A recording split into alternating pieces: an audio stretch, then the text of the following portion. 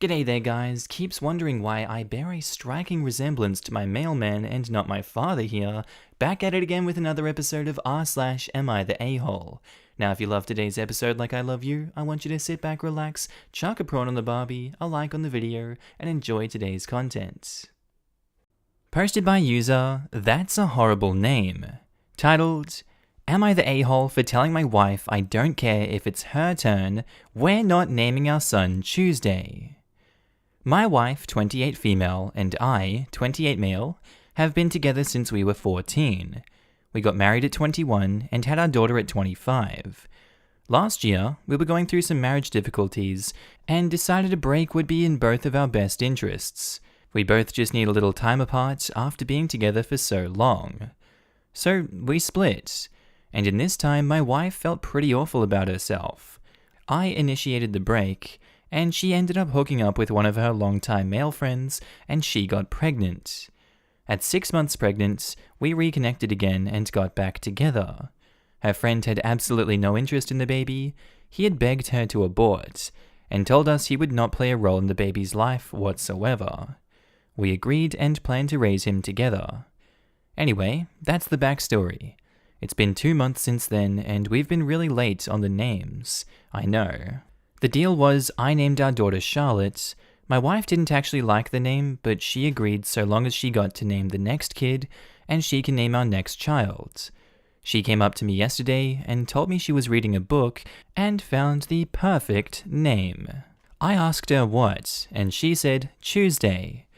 When she first said it, I admittedly laughed out loud and asked her if she was serious. She said yes, she was, and don't call me Shirley, and it's her decision. I followed her around the house and told her absolutely no way we were naming our son Tuesday. He'd get made so much fun of. My wife said no he wouldn't, lots of kids have unique names and aren't bullied. I told her that yes, unique names, not days of the week. She wasn't hearing it and pointed out that she hated the name Charlotte and agreed, on the basis that she would get to name the next kid. I argued that's a totally different thing. Charlotte is a normal name. Our daughter won't get laughed at because of it. My wife got frustrated, and after arguing on and off for the rest of the day, she finally told me he wasn't even my kid. Oh God. I just walked off, and although she came right back and apologized, and that she didn't mean it, I was fudging ticked. I'm not talking to her right now, but I'm holding steadfast we won't name him Tuesday. I don't think I'm the a-hole at all, but some ammunition would be helpful when I explain to my wife exactly why it's such a ridiculous name. So tell me, am I the a-hole? I can't be the only one who cringed when she said that. Oh my god. I don't know what to say about this situation. It really doesn't sound like they should be together, just going by the passive aggressiveness of both of them, and I'm glad if they can make it work together. Obviously, I'm no marriage guru, but getting a vibe from this one, he seems pretty angry. And you shouldn't be this angry about naming your own child, especially with these rules they put in place. That's childish in and of itself. Obviously, I have no experience with marriage, that's just the vibe I get, and everyone sucks here. Everyone sucks here. The whole thing is a mess. You guys should have agreed on names you both liked with the first kid. The whole situation baffles me. This whole one parent choosing the name thing is absolutely absurd to me. Why do people do this? It just clicked for me why some families have 2 kids and name one Steve and the other one Naruto. Is that why my best friend's name's Sasuke? Weird one, that. My husband's parents did that. My husband has a wildly Italian first name, think Luigi, and a classic American middle name, whereas his brother has a classic American first name, think Nick, and a wildly Italian middle name. Their parents alternated picking first and middle names. Needless to say, when we have kids, we're going to find a name we both like. You know, I think Spaghetti James and Michael Tortellini are fine names. You're planning to raise another man's child with your almost ex-wife. Your relationship is evidently on thin ice, and you think your problem is the kid's name? Jesus, everyone sucks here. OP can totally dip now and not be on the hook for child support, right? Will be for at least the former kid, no? Oh, right, yeah, you're probably right. I wonder, if OP and his wife decide to stay together and raise the second kid, can they still go after that other guy and rake in some passive income? If he didn't want the kid, they shouldn't seek him out for passive income. That's crappy. Also, OP, not the a-hole. This whole thing is wild, but hopefully you guys can work it out if you've already gotten over that it's not yours. That's the hard part. Posted by user UnProudDad23. Titled, Am I the a-hole for telling my daughter she'll never be able to handle living alone? I have 3 grown children. My 2 youngest, 28 and 23, have both settled in their own places. Then I have my 31-year-old who has lived at home all her life. She works full-time at a fast food place. She's been there for 8 years, but won't accept a promotion because she doesn't want to get stuck there. Often, her paychecks can only cover her gas, toiletries, and the rest is play money. Sometimes she'll surprise the odd ball and chain and myself with dinner and feeds the pets. But other than that, the housework falls on the wife while I work full-time. She talked about moving out for a few years, but hasn't taken the steps until now. She's actively looking and taking tours, along with seeking a better job. The missus and I decided to take a week road trip and left her in charge of the house. I return home and am informed that she hasn't had one night just by herself. She forced the other kids to stay with her, along with friends. She told me she couldn't manage being alone right now. She has been on my last nerve, so I was blunt and told her to prepare herself for taking care of me and the wife when I'm old, because she'll still be in the house and there's no way in hell she'll handle living on her own. It sounds harsh, but not wrong.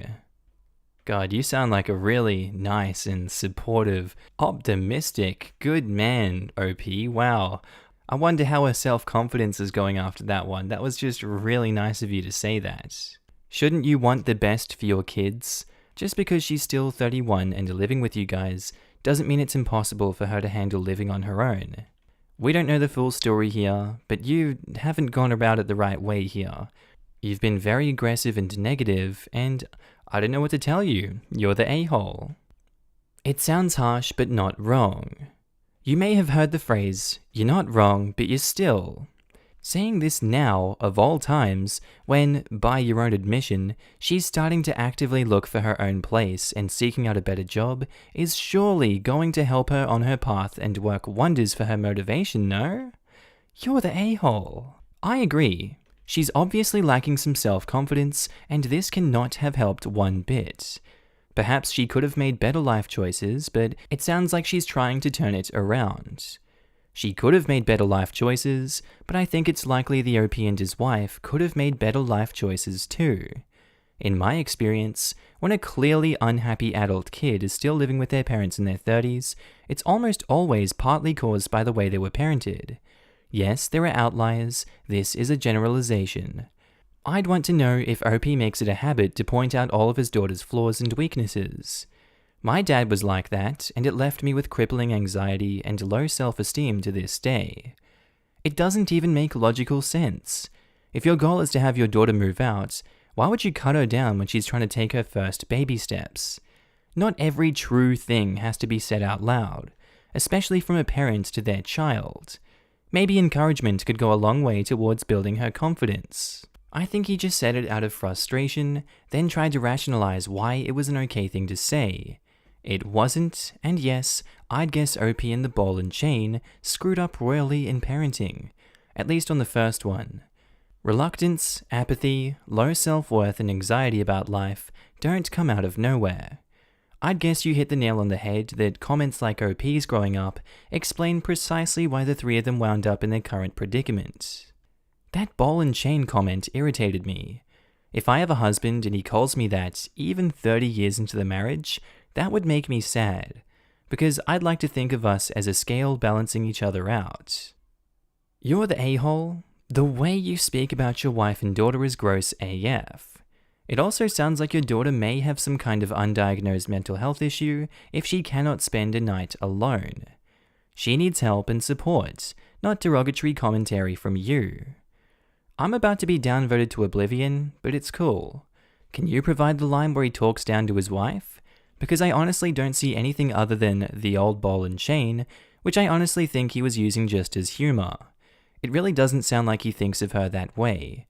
Second, if the daughter was a dude in his early 30s, living at home, not willing to get a job, not willing to help around the house, and requiring to have someone over because they can't entertain themselves for one night alone, would you be saying they have an undiagnosed health issue?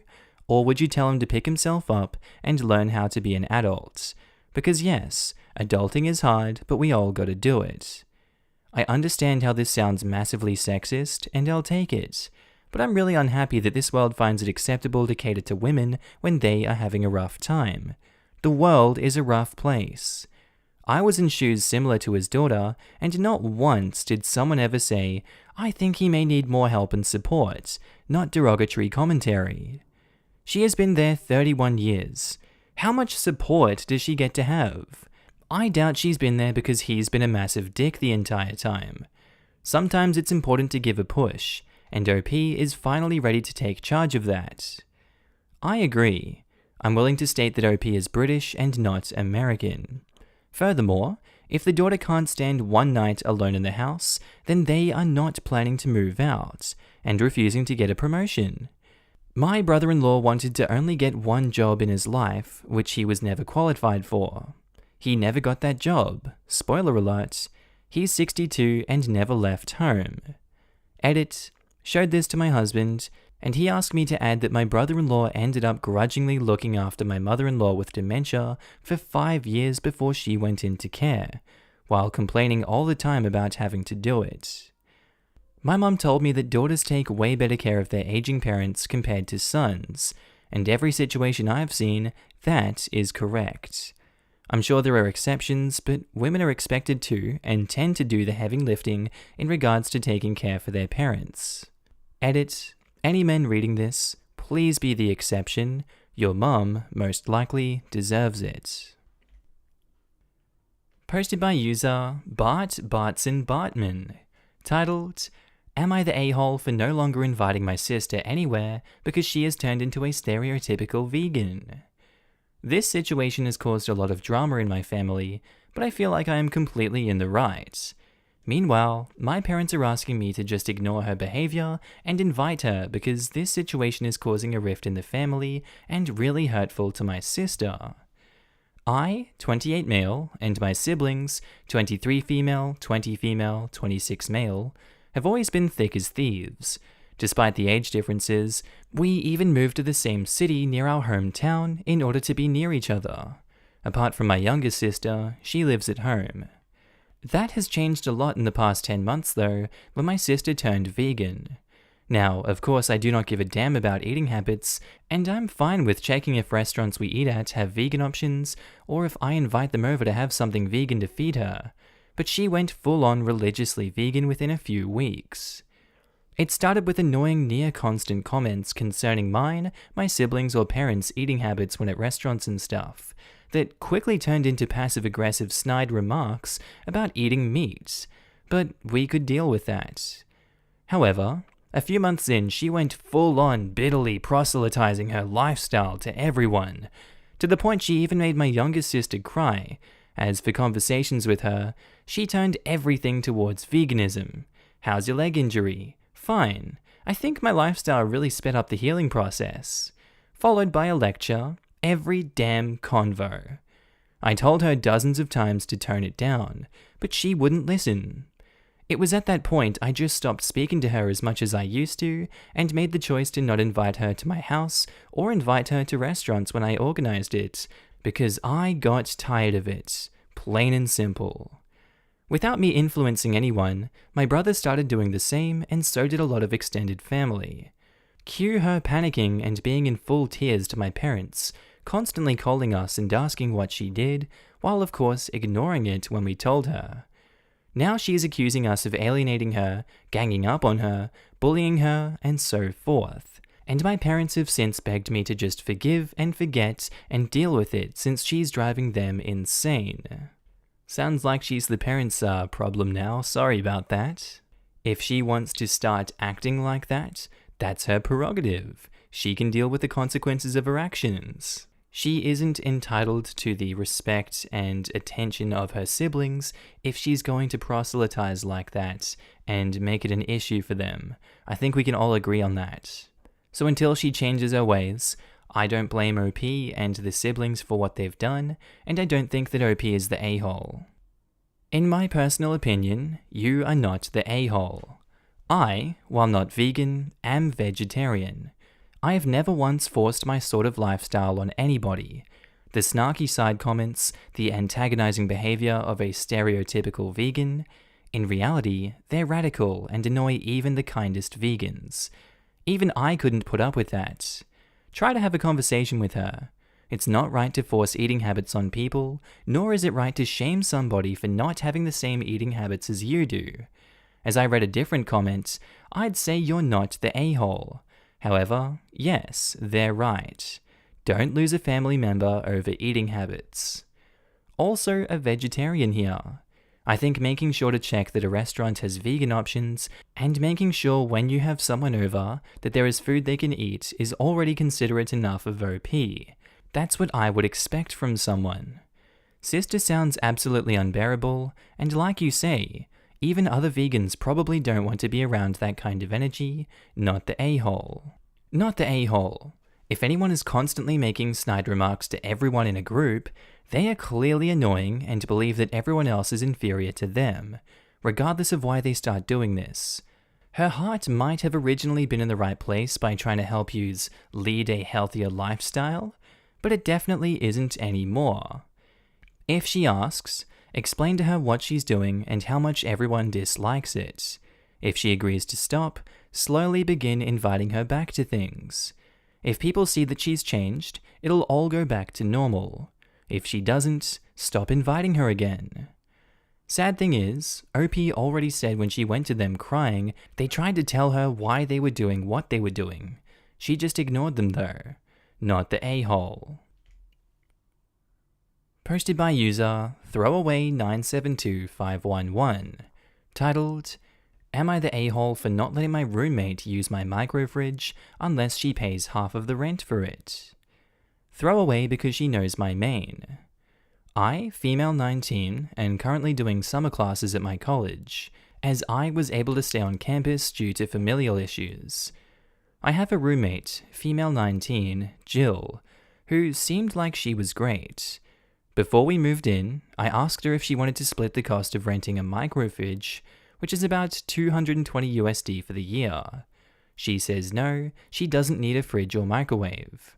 I rented my own and thought everything was okay. A week or so into living together, Jill asks if she can use the microwave to heat up her food from a few nights ago.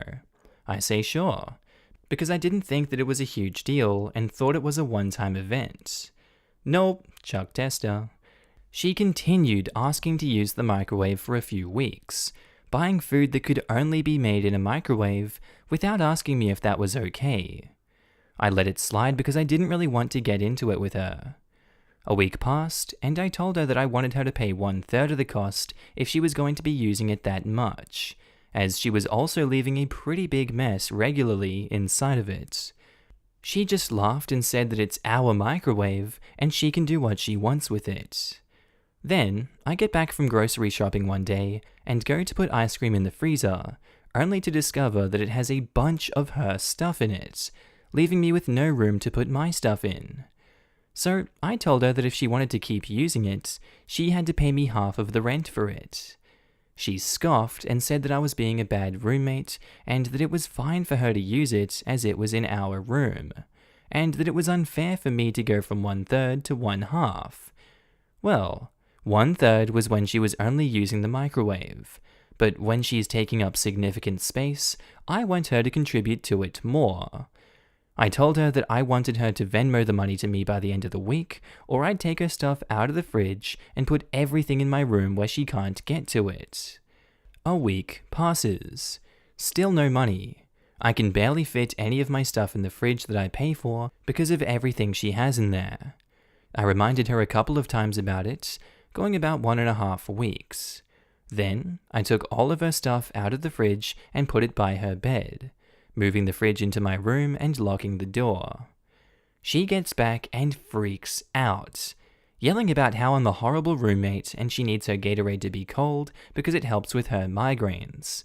I've been living with her for a few weeks now and she's never mentioned this before, and that if I don't get the fridge out of my room, she's going to get the people in charge of the dorm involved. I asked for the money again, and she said that it was her right to use it as we were sharing the room. She continued to flip out at me until I just went into my room and shut her out. Am I the a-hole? I think I'm being reasonable because it's my fridge that I pay for. A few of my friends agree with me, but Jill's friends have been texting me about how I'm messing with her migraines and making her life harder because the meds don't work on her. And there they are, the magical enabling friends and family. Isn't it weird how they're always recurring characters at the end of these stories? I'm willing to believe Jill just got extra phones herself and posed as the friends. Jill doesn't sound like a good person. Jill sounds like they're trying to cheapskate OP and do a whole bunch of stuff that OP is not cool with. OP, you have every right to keep Jill from your food. Terrible roommate. 0 out of 10. Wouldn't Venmo you the cash. Blech. 1-star Uber. Jill can go to hell. She can take that complaint and shove it up her ass. That's all I have to say. OP, not the a-hole. Not the a-hole? Lock everything up in your room and avoid this mooch like the plague. Don't feel bad at all. It's been her plan from the start. Also, don't share with her now, even if she does give in and offers you the money. She already took over the fridge completely once. If she has even more permission, it's likely you'll never have room for anything and she'll never clean the microwave and justify it by saying she pays for the space. This is so true. Now, if she wants a microwave and fridge, she can pay the full cost and rent her own. Hopefully you can get a new roommate when the new term starts, not the a-hole. Not the a-hole. It's your fridge, what the hell? You paid for it. Does she seriously think she has ownership rights to it because it's a common area? Yeah, that's what it seems like.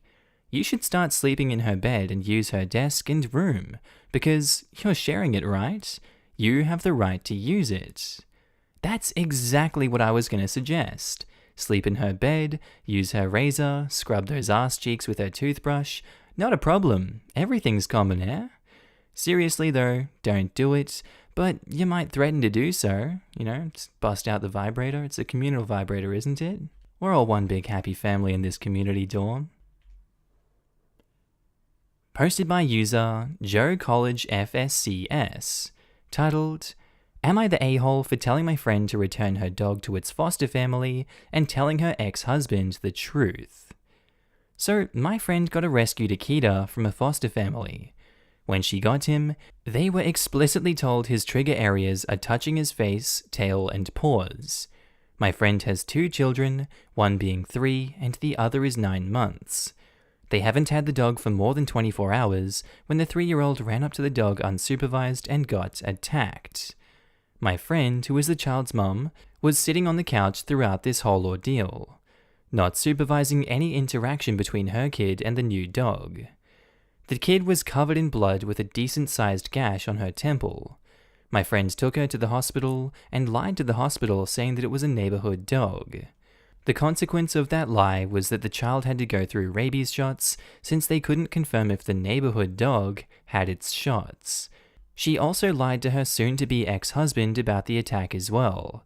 I told him the truth as he would be kept up on all the details she refused to give him. I told her to return the dog to the foster family for her child's safety or face putting the dog to sleep, which I didn't want either.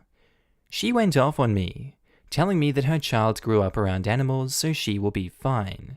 As of today, she has kept the dog. I'm gonna go for seriously regrettable choices for 100 there. Why is she keeping the dog? The kid just full-on ran at the dog and got attacked. Don't keep the dog. You obviously can't look after it, and you watched your kid do it and get attacked. Terrible parenting there. And I don't blame the father for being a soon-to-be ex-husband. Jesus. Call animal control. Get that dog taken off her, OP. You're not the a-hole, But you will be if Child Protective Services or Animal Control are not called to come and assess the situation that the mother is putting both the dog and the child in danger. Or if the ex-husband doesn't do it. I don't care. This needs to be sorted out. Not the a-hole for the time being. Not the a-hole. 1- and 3-year-old children aren't capable of following guidelines regarding not touching the dog in these areas. Even if they were supervised at all times, which it sounds like they're not, this sounds like a recipe for disaster. Those kids are going to get seriously hurt, and the dog is going to get put down. What a crappy situation. That dog should not be in a home with small children. It definitely needs a home with older kids, 8 at the youngest, or adults only. A 1- and 3-year-old are going to get in the dog's face, pull ears and tails, and try to touch its feet. Opie's friend is asking for the dog to maul her kids and be put down when the truth comes out. I'm scared for the kids and feel awful for the dog. I almost wonder if the friend doesn't want to return the dog because she lied to get it to begin with. Like, any rescue I know would absolutely have had an age restriction on adoption for this dog. Yeah, I'm having a hard time believing they would even adopt out a dog like that to a family with small children if they knew about it. Not the a-hole. She put her own child in danger due to her own negligence. Their father deserves the truth and needs to take precautions because the mother is a liability. Yep, this isn't a game. Not the a-hole, and call CPS and let them know of the situation. I'm serious. Sick of reading stories about dogs killing toddlers every time I go to check my email. Oh my god, it's Yahoo that does that? That's sick. No thank you, Yahoo. I'm cutting toxicity out of my life in 2020. Can you contact the rescue where she got the dog? I don't have the paperwork, and she's cut off all contact with me. I've had 3 jumbo Akitas. These are not dogs to adopt without careful consideration. What you've described here fits the criteria in my state for a call to CPS. I would report her, not the a-hole. Posted by user Throwaway11777. Titled, Am I the a-hole for rehoming our dog? Throwaway. 2 years ago, my husband wanted a husky. I agreed only if responsibility is split. He had Labradors growing up, and I had Australian Shepherds, great dogs. I warned him about high-energy dogs, how if they don't burn it off, it's like having another toddler. Our kids were 1 and 3 years old. Oh god, flashbacks to last story. We adopted Shadow, who was 8 months old. Things were great at first. We worked from home, and we have acres of land, so we were able to give the pup his needs. A year ago, my husband became depressed. I took on all household chores, the kids, and the dog. I struggled to balance. Shadow started to act out. Can't blame him, because a husky unable to run isn't a happy pup. A few months ago, we found out our oldest is allergic to dogs.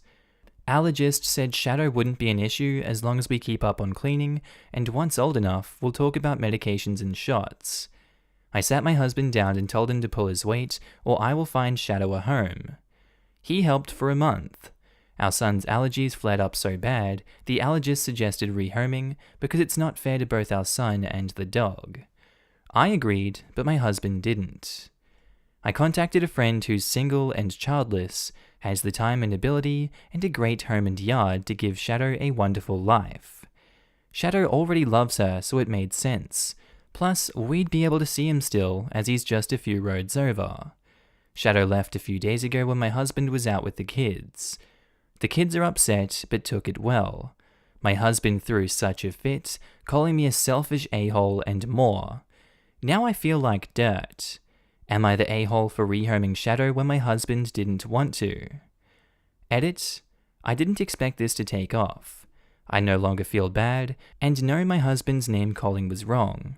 Here is some info that people have asked about that I was unable to fit into the original. I told my husband many times he needs to pick up his slack. It became even more serious of a discussion the last 2 times, as they were both the night after the allergist appointments. He knew he had to help out to be able to make Shadow and our son's allergy work out. He knew after the last allergist appointment, I would be looking for a home for Shadow. He knew all he had to do was pick up his half of housework or Shadow's care. He just didn't believe I would do it. He is in therapy for his depression. It's only helped a little, and he's trying to find a medication that works for him. Maybe I'm the a-hole for saying this, but his depression is not a valid reason to hang on to Shadow and make his life and our son's life miserable. My husband is an adult with many forms of coping mechanisms and resources versus our son who's little and can't help his allergy. My son is 3 now that has the allergies. He has been to pulmonary and ENT specialists when symptoms first started: congestion, watery eyes, shortness of breath. He was thought to have asthma and blocked airflow from enlarged adenoids and tonsils. After treatments and surgery didn't work out, they suggested an allergist who tested for basically everything: food, animals, outside and inside allergies. Nobody is allergic to dogs in our family, so we were shocked. Our son worsened because of how bad a husky sheds, and I was unable to keep up with all the housework. We have carpet, so anyone with indoor allergies or knowledge of them knows how horrible that is. His allergy went unknown for a bit of time because we both used to share the responsibilities of our whole household, and therefore the house was cleaned daily. His allergies weren't as bad as they are now because of this. I felt I had to wait to do the pickup when they were all gone. My husband would have caused a scene and not allowed Shadow to go with our friend of many years. There's no doubt about it. This would have scared and upset the children, and end up upsetting Shadow. It just would have been chaos and more traumatic for the kids, Shadow, and our friend. And yes, I worried about Shadow being stressed out and upset also. He's a really good boy, the type that if someone's upset, he makes it his mission to love them extra. Just imagining him scared and worried about all of us while in a back seat looking out the window, unable to comfort the screaming and crying mess in front of him. That's not how I wanted any of us involved to remember that day. People are concerned for the kids. The reason I didn't mention them is because for a 3- and 5-year-old, they handled this very maturely compared to their father. I expected tears, questions, and for them to not understand fully, and that was taken care of. There was no need for goodbyes. My kids know it's see you later to Shadow instead, as they're able to visit and see him every day. He's living a few roads down where we had permission to visit anytime, even before Shadow lived there. We are over each other's houses a lot. She was even our go-to dog sitter if we ever needed one, and it's why I knew she would be a great fit. Our friend passes our house in the afternoon during her normal running route. She normally stops by, but has been avoiding their route temporarily because of my husband. The kids have gone over to see Shadow and play with him in his new yard, and all 3 surprisingly were fine when it was time to leave. Edit 2. I'm sorry for so many edits. I never thought that certain details would actually matter so much, and that's my fault. I felt guilty that maybe I wasn't trying hard enough to balance everything. I'm not Superwoman. No, I won't be rehoming my husband. This is not like him at all. Before his depression, he was a lively person. We just have to work through this and get him back on track so he can live a healthy, productive life, filled with joys again, while managing the depression properly. My husband reduced his hours at work when this started, which I supported. We figured that would help him focus on his mental health better. Less stress, happier life, we thought. We can live comfortable off my income being the main source, and half the income he was used to pulling in, without dipping into our savings and emergency funds. We can't afford to take Shadow to the groomers frequently, expensive products or services to help maintain the household and such. Also, people seem to think I just wanted Shadow gone, and that's not the truth at all. He was my snuggle buddy when watching movies. His doggy bed was right next to me on my side of the bed so I can keep a hand on him while I slept. I adored that fluffy racer, and would wake up at 4 a.m. just to stand outside to enjoy coffee and watch him play in the snow. Those beautiful, intense blue eyes staring at me, waiting for me to wake up, and his silly excitement when he realized I was finally.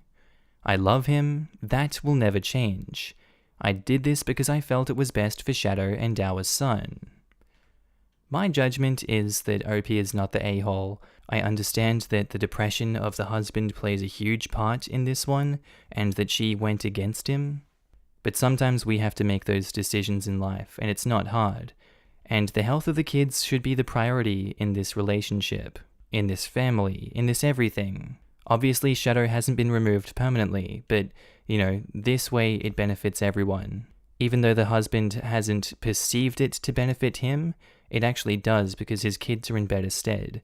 And I think if he wants to sabotage the health of his kid just to keep the dog, that's a very selfish thing to do. So OP, not the a-hole. Not the a-hole. Your partner refused to help you create the environment in which Shadow can stay and your son isn't constantly dealing with allergies.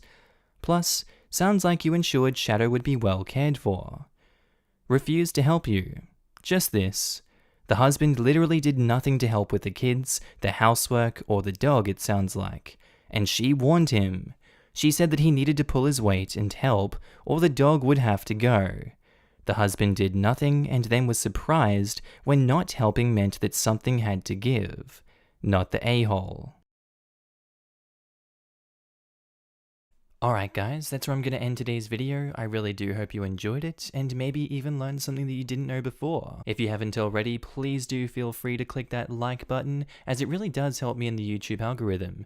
And if you haven't already and you love today's video, please feel free to subscribe. I would love it a lot. Also, big shout out to all my Patreon members and channel subscribers. You guys are all up on the screen right now. I love you. I love your faces. Also, I love seeing you guys all chatting down below in the comments. It brightens my day to see the stories that you guys share and just the kind words you guys always have for my videos, as well as everyone else in the videos. I love you too. But honestly, your ongoing support means the world to me, and I just love it so much that you guys are able to support a career for myself that I invest so much time into. And you guys honestly motivate me to work harder each and every day to put more love into the videos for you guys. If you guys have watched this far in the video and you haven't already subscribed on Patreon or become a channel member, that's cool, you don't have to, but there are links down below.